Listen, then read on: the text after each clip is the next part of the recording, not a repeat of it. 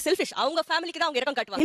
இல்ல தன்னோட குடும்பம்னு சொல்லி வரும்போது ரொம்ப இரக்கமா ரொம்ப நல்லா நடந்துப்பாங்க. ஆனா வெளிய அடுத்தவங்கள கம்பேர் பண்ணும்போது அவங்க அந்த இரக்க சுபாவம் போய்டும். கொலை பண்றவங்க கூட ஆண்கள் தான் ஜாஸ்தி. ஐயோ அடி பல்லகளெல்லாம் உடைச்சு இரக்கம் இல்லாம பண்றது எல்லா வேலைகளுமே ஆண்கள் தான் ஜாஸ்தி. ஒரு தடவை ஒரு விஷயத்தை சொன்னீங்கனாவே போதும். இரக்கம்லாம் 10 தடவை சொல்லாதீங்க. மாமா கோவம் வந்துருச்சு. அவனுக்கு அம்மா இருக்காங்க, மனைவி இருக்காங்க, அக்கா தங்கச்சி, மருமக இவ்வளவையும் சூழ்ந்து ஒரு ஆணை சுத்தி இருக்கும்போது அவன் இரக்கம் இல்லாம எப்படி இருக்க முடியும்? உண்மை. எத்தனை பாலியல் கொடுமைகள், வன்கொடுமைகள், நம்ம டைவர்ஸ் அதை அப்படி சொல்ல போனா உதாரணங்கள் எத்தனையோ பெண்களை நம்ம சொல்லலாம்.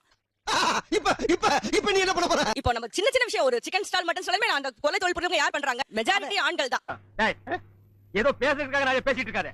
நேரத்துக்கு கடத்தாத நல்ல விவரமா பேசு. ஒரு நிமிஷம். அது சம்பந்தமே இல்ல. கறிக்கடையில கறிவற்றவர் இரக்கமற்றவர் அப்படின்னு சொல்லவே அது தப்பு. அது பிராமீன வீட்ல வாங்கி அதை உயிரோட வச்சு கல்ல தேய்க்கிறீங்களே, உங்களுக்கு இரக்கமே இல்ல? உள்ளுக்குள்ள உருத்தல பொறம்போ டாய். அவன் ரொம்ப சந்தோஷமா செய்யறானு. அவன் வெட்டி தொங்க விட்டா வாங்கி திங்கிறீங்களே நீங்க. அப்போ நீங்க மீனை வெட்டுறீங்களே சொல்ல முடியும்?